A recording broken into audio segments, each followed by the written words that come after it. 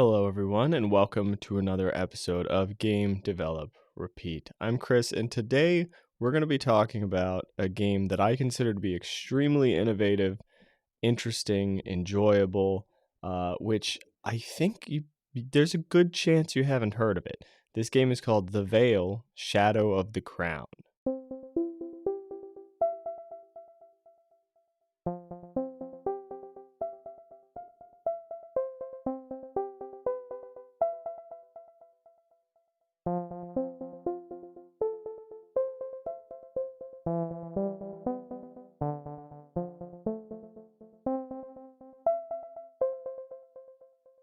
The first thing to note about The Vale: Shadow of the Crown is that it is a audio-driven experience. It is fully driven by audio. The game is designed to be completely and totally accessible by players who are blind. So, as a result of that, you get a very different experience from most RPGs. And this game is an RPG. You get a very different experience for the better, I would say. The combat is very compelling. The voice acting is pretty high quality, in my opinion. The exploration feels more interesting and feels very alive.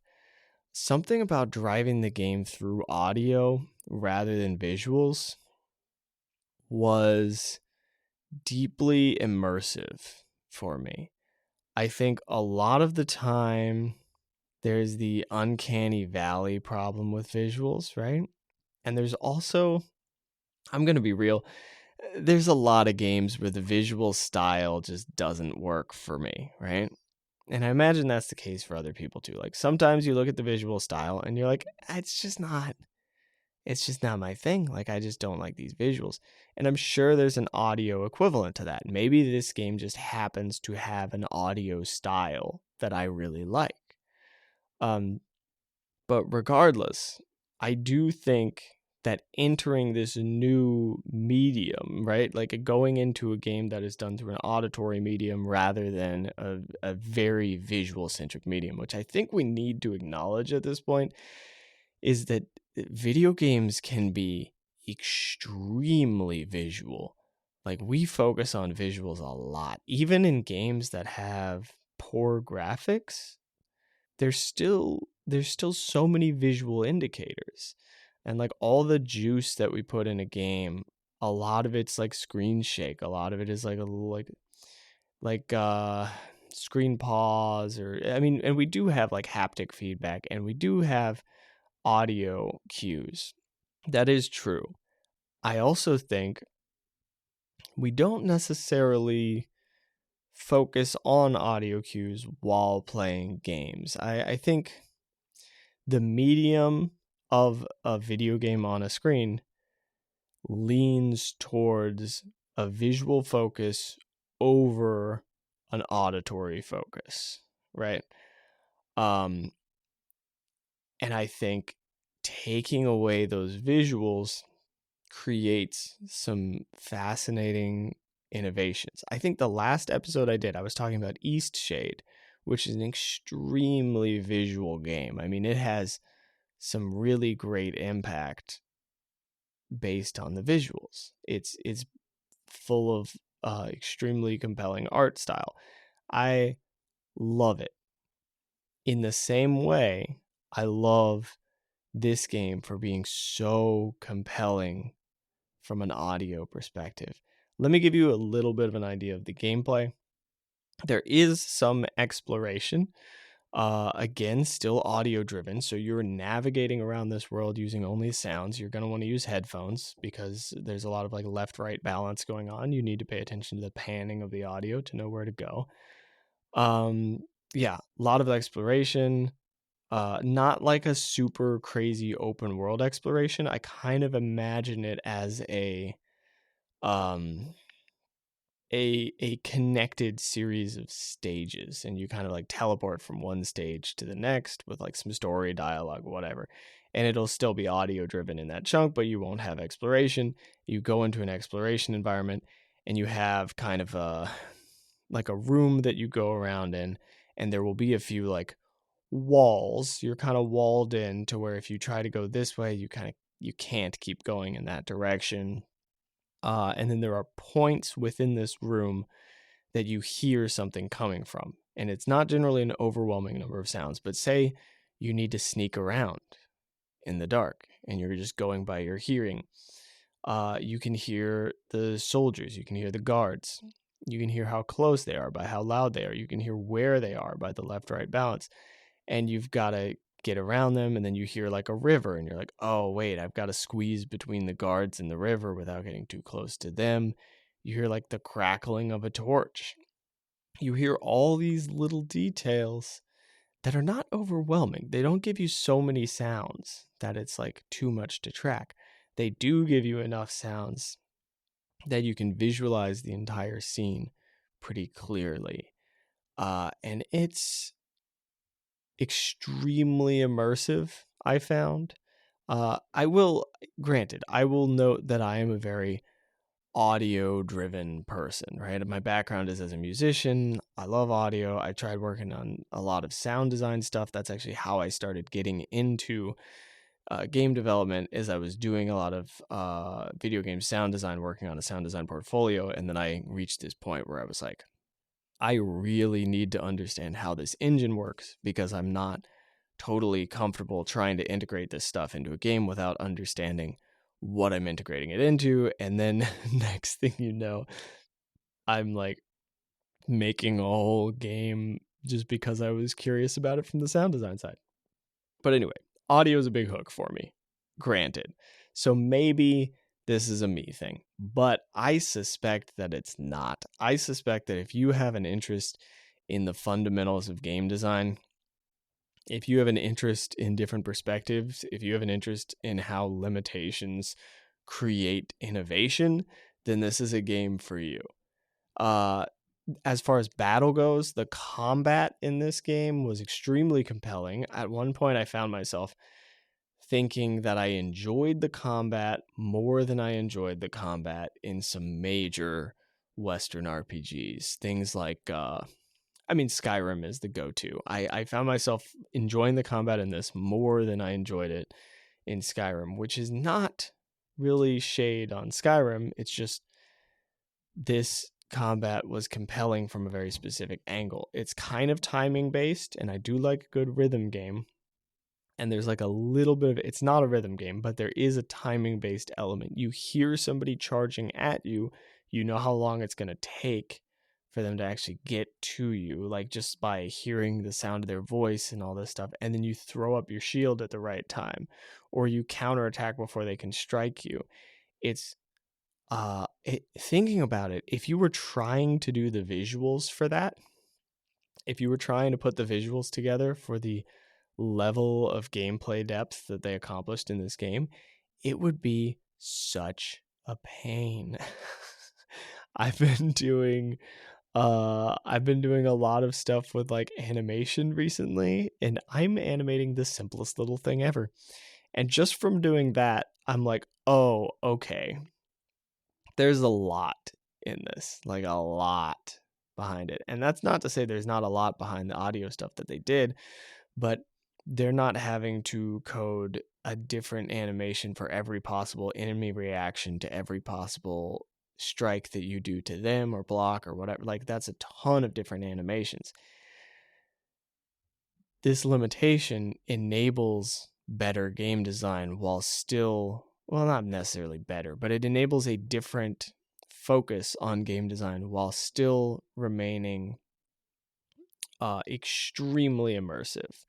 I found the experience of hearing people charge at me from multiple angles and having to react in time to each of these threats to be very compelling, in a way that I've not experienced in other RPGs. A lot of the times, maybe you play like an Assassin's Creed or something and you've got all of these enemies attacking at once, but you don't, like, if anything, that sort of gameplay just leaves me frustrated, because I reach this point where I'm like, well, they're just all attacking me at once, and they're either not actually behaving in a way that seems normal and like realistic, or they're just they're just mobbing me down. Like they're just all attacking simultaneously, and then you're just like doomed. Something compelling about this was the timing, and maybe this could be transferred over into visuals too, but the timing of the attacks felt like I got to engage with all of the enemies. I think one of the Batman Arkham games actually did this pretty well.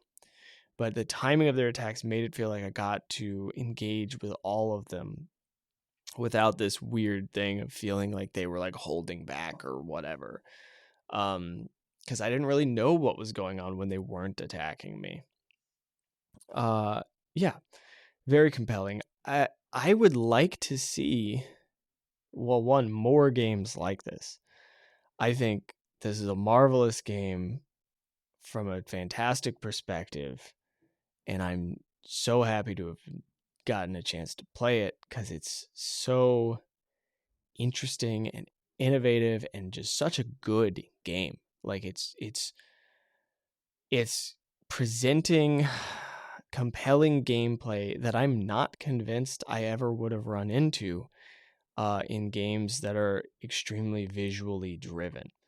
I'd also like to see more games created with extreme limitations, whether that be a game created specifically for a community that doesn't have many video games targeted at them, or if it's just games with arbitrary limitations. I think that when you throw an intense limitation into game design, like a very fundamental one, getting rid of visuals, that's pretty fundamental.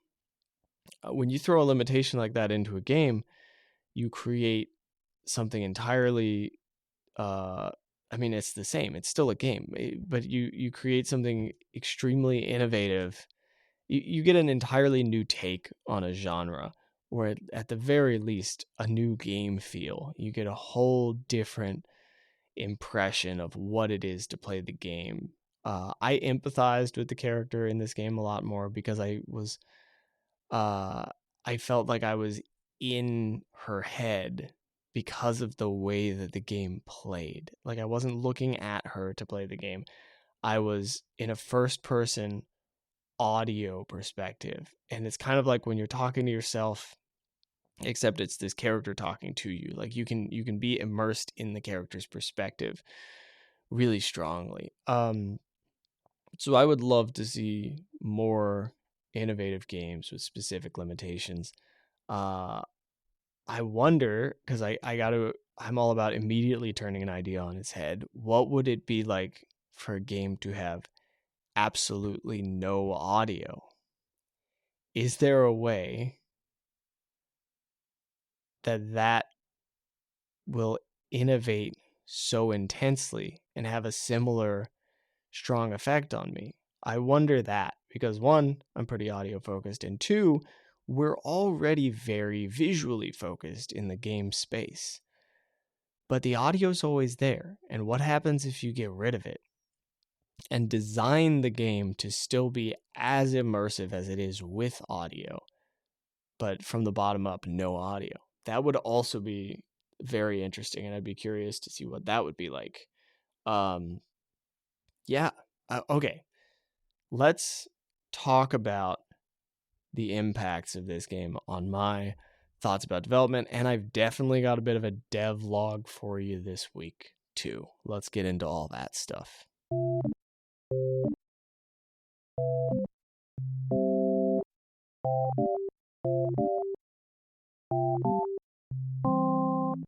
Okay, I have got two questions for myself. One is, how is combat compelling in a game without visuals? And you know what I just realized is I've already covered that. It's extremely time-based. It's extremely stressful and immersive.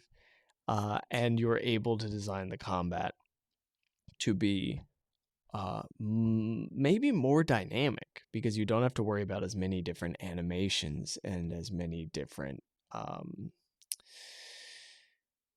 visuals. I guess it's really the animations more than anything. Okay, so let's skip over that.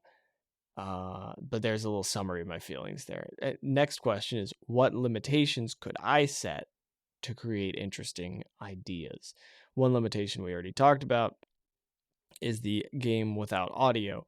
What would something that's not a game that I'm particularly compelled to create. Now, a game without traditional music could be interesting.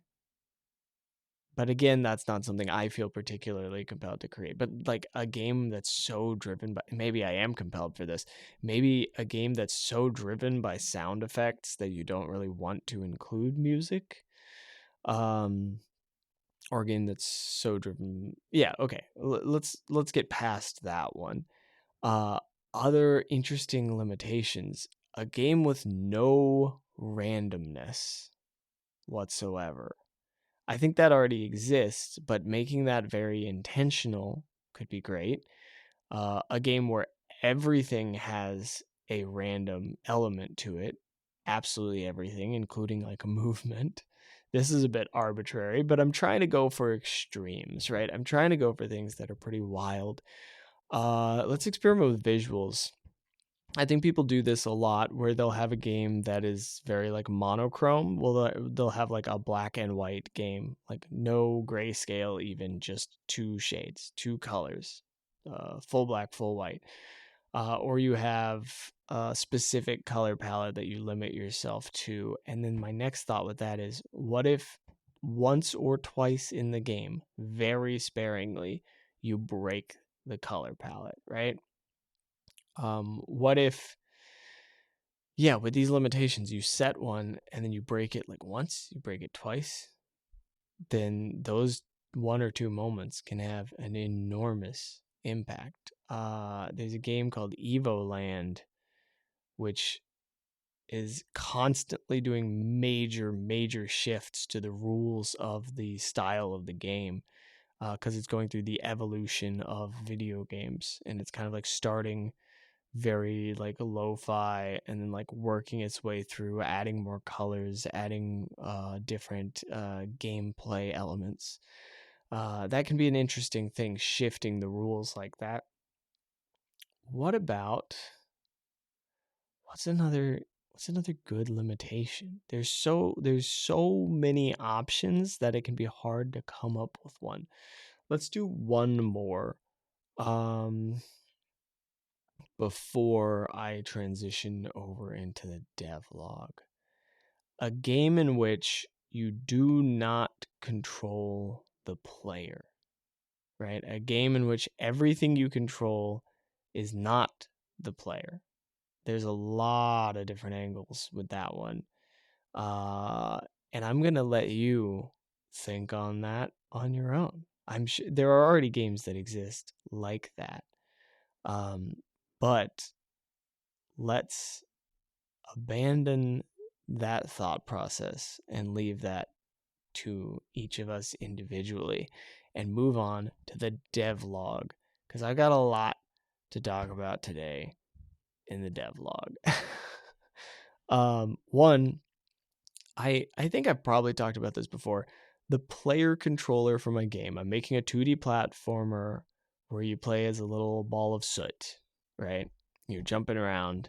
I haven't given many details, but you're jumping around, you're sticking to walls, and you're interacting with enemies to some extent. I'm going to leave that slightly vague. It's not that it's super exciting, it's that it hasn't been fully solidified yet. Okay, so I'm fixing up the player controller. I had this mechanic where you would automatically jump if you got close enough to a wall, and then as a result, I was able to avoid a bug that I didn't like that was in the game. It was a very roundabout thing, and I probably shouldn't have done it to begin with, but I was like, oh, this is kind of a cool idea anyway. Auto jump is nice. It's a good little mechanic to make things more fluid. But as I was playtesting, there were a couple times where it auto jumped, and I was like, ugh, it just killed me. The auto jump just killed me. Like the auto jump did things I didn't want it to do. I realized I could refine it and make it better, or I could get rid of it. And ultimately, I decided to get rid of it and replace it with basically a fix to the bug that was annoying me. I had already fixed well, actually, I had already fixed the bug because I had to, I ended up having to fix it anyway. I don't know why I designed around it and avoided it and all this stuff instead of just figuring out how to fix it. But I figured out how to fix it. I fixed the bug and then eventually was like, oh, wait, I can just replace the auto jump. So now, instead of automatically jumping and sticking to a wall whenever you get close enough, you can walk right up to the wall. You can jump and you won't stick until you press against the wall, like intentionally. And it's a little bit more sensitive with gamepad than it is with keyboard. And I got to see if there's something I can do about that. But at the moment, that's not my focus. So, anyway, more player controller changes. Again, making the player controller better all the time. Oh my God, the player controller just never stops. It's just, I'll just always be working on that. It'll be like, I'll release the game and like 2 years later I'll be like, oh crap, I gotta fix the player controller. Not really. Not actually. At some point I will go, okay, good enough, and I'll leave it alone. And then I'll just like create a new player controller for a different game and start it all over again. All right, let's talk about tile maps and art. Tile maps are I don't want to be negative about this, but I'm going to be because I'm early days in making tile maps. And I know that it's going to get easier. And I know that I'm going to fall in love with tile maps at some point. At some point, I'm going to be like, oh my God, I love nothing more than making just a beautiful, like, tasty tile map. Something that you play and you're like, oh, look at how pretty this tile map is. I am not there. My tile maps are so mediocre at best, and that's fine. Like, I'm okay with it. I'm not happy with it. I'm getting them working. Honestly, at this phase, my main priority with tile maps is just being able to make them look like they're not a mistake. I've created a whole template for it that I can like set to be transparent and then design the tile map under it so that I get all the corners lined up correctly. And then like am able to make them work correctly within Unity's like rule tile system. But yeah, drawing these tile maps, and just to be, I realize I haven't actually defined the term when I'm talking about tile maps because there's a chance that I'm talking about something else because I'm not like very well read within game development. I'm talking about uh, little 16 pixel by 16 pixel tiles that I'm using, that are all interconnected on a 2D grid, and I can just lay them out on a grid and it will create the level. Like, there's just a collider connected to all of them, and then the player can jump around on it. That's what I mean. And then the rule tile system is a thing in Unity where you can plug all of these into a set of conditions.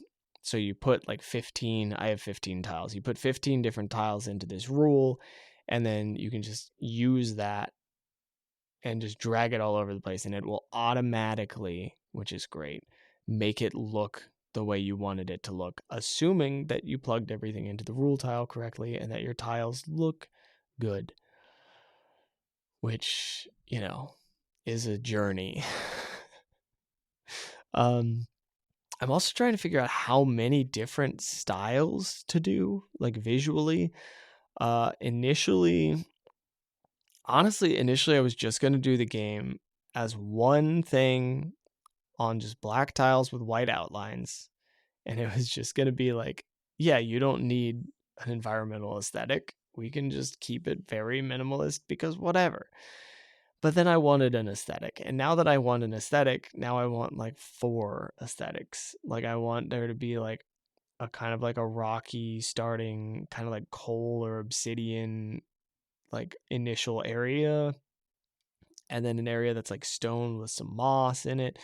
Like, I've got different ideas for different areas here. And I'm not sure how deep to dive on that. Like, I'm very conflicted about do I spend the time to make these different visual styles, or do I push forward? Because I don't know how many issues I'm going to run into down the line. And I'm getting to a point where I'm kind of in a rush to finish this because it is my first big project and I don't want it to get out of control scope wise. So I got to keep an eye on that for sure. What I'm trying to say is I need to set a rule for the tile maps. And I think I'm not going to go more than 5 visual styles for the tile maps. I think that's got to be a rule. I can't go further than 5. Hard rule. Probably going to do less. But now that I've said can't go more than 5, I'm probably going to end up going to 5. Okay, now we can leave the tile maps. I started drafting my first song for the game. That's the other thing, is I think that there will be a song for each visual style. I think it's a good way to mesh those two ideas together. And I loved working on it. I finally reached a point with the game where it feels like there is a identity forming and I can start working on the music. I can't really do the music until there is a visual and gameplay identity. And now that one is forming, I can do that. I also started drafting levels in a different way. I started drafting the level layouts in Aesprite. So I'll just it's just a pixel art program for anybody who doesn't know. Aesprite, Aesprite, is a really great program for creating pixel art. I've been using it and I decided to try using it for mapping out my levels, and it's great. It's so much quicker and easier and more comfortable to get rough drafts into Aesprite. Now I'm going to have to copy them all over, which is going to be a little annoying, but I'm convinced that it's a big time saver. In that process, I started realizing the gameplay that I want to design my levels around and like how to make them compelling. And I think I need to add a couple features to make that work, but they're hopefully, oh God, they're hopefully small things to implement. Specifically, a enemy counter and a like number of enemies killed, and then a timer per level, just to give players some like motivation. I don't think I'm going to create any kind of scoreboard or like permanent recording of player times, because that seems like it's starting to get out of scope a little bit. Maybe in the process I'll find out that it's really easy to store player times, in which case I could keep a local scoreboard of like top or just personal best, not even top however many. That seems like a pain. Personal best, and then you can override it sometimes. Yeah, that's where I'm at with my own development. Let's finish this episode out with a nice, repeatable behavior.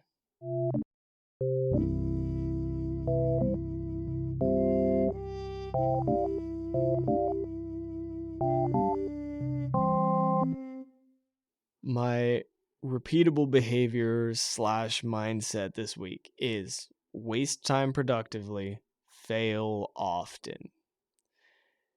I think that there are a lot of times where I work on something for a really intense amount of time, and then I look at it and I go, well, that's not going to work, right? This was something with the tile maps. If you can't tell, they got under my skin this week. I spent a lot of time on those, but I learned from that time, therefore it was productive wasted time. Right? There are a lot of times where I'm just going to waste time. Like, it's just going to happen. As long as I'm learning in that process, it's fine. I'm wasting time productively. I'm not saying like, spend 20 hours to learn like a 2-minute lesson, but accept that wasting time happens and it's not actually wasting time, right? It's just a part of the process. and there's no reason to like beat yourself up over how much time you've lost working on a thing, because that's just part of the process of working on an intense, large scale project. You're just gonna lose just so much work. You're just gonna spend like an entire month on one concept, and then you're just gonna throw it in the bin and be like, well, that doesn't work. So I learned that style doesn't work for this, and that's what that month of work was for, is learning that this isn't the right thing. And I had to learn it the hard way, but I learned it. And then the other part of this, of fail often, is kind of just be totally fine with failing. Not that you want to fail in the big picture, but even then, it's still a thing to learn from. But I mean, my God, if you're not failing, you're not learning, right? Like, people talk about it all the time. You get the idea. I'm sure you've heard it before. But the catch is, it's not, I don't even frame it as failure, right? I don't generally, I mean, if it's like a big failure, then it's a failure. Fine. It happens. And then you have to like process that. But day to day, I have so many failures, right? I mean, that is what creates bugs. That is programming, is failing repeatedly and then going back in and going, oh, well, there we go. Okay, I fixed that. It will never be perfect the first time around. Like, on the whole grand scale of creating a game, everything is going to be wrong. It's like writing a novel. You finish writing the novel and you look at you and go, this is a disaster. And then you have to go through and you have to rewrite everything. And it's not the exact same process, but the point is, throughout the whole process, you're going to fail and rewrite things over and over and over and over. Like, you're going to have, this is why every game deadline is like, oh, we just need to push it back 3 months. And then 3 months happen and like, oh, we underestimated. We need to push it back another 6 months, but we promise it'll be done. And then 6 months comes around and it comes out and it's like a buggy mess, right? Everybody is out here underestimating how much they're going to fail. And there's no way to appropriately estimate how much you're going to fail. You don't know until you're done messing it up. And you actually get to the result. That's my mindset on it. It's like, you won't really know until you get there. So until then, accept it, learn from it, keep moving forward, and try not to dwell on one failure for too long. If something doesn't work, get out of there, right? And then try the next thing. All right. That's everything for this week. That, I don't know why, but that felt vaguely negative, but it's really supposed to be uplifting. It really is like an angle of like, yeah, it's gonna be fine if things go wrong. It's just part of the process, but it still somehow comes over as a little negative, probably just because we're using the word fail. Okay, that's that. That's everything for this week. I look forward to recording another episode for y'all next week. Until then, have a good one. Have some fun making things. Enjoy the process. And I'll see you next time. Goodbye.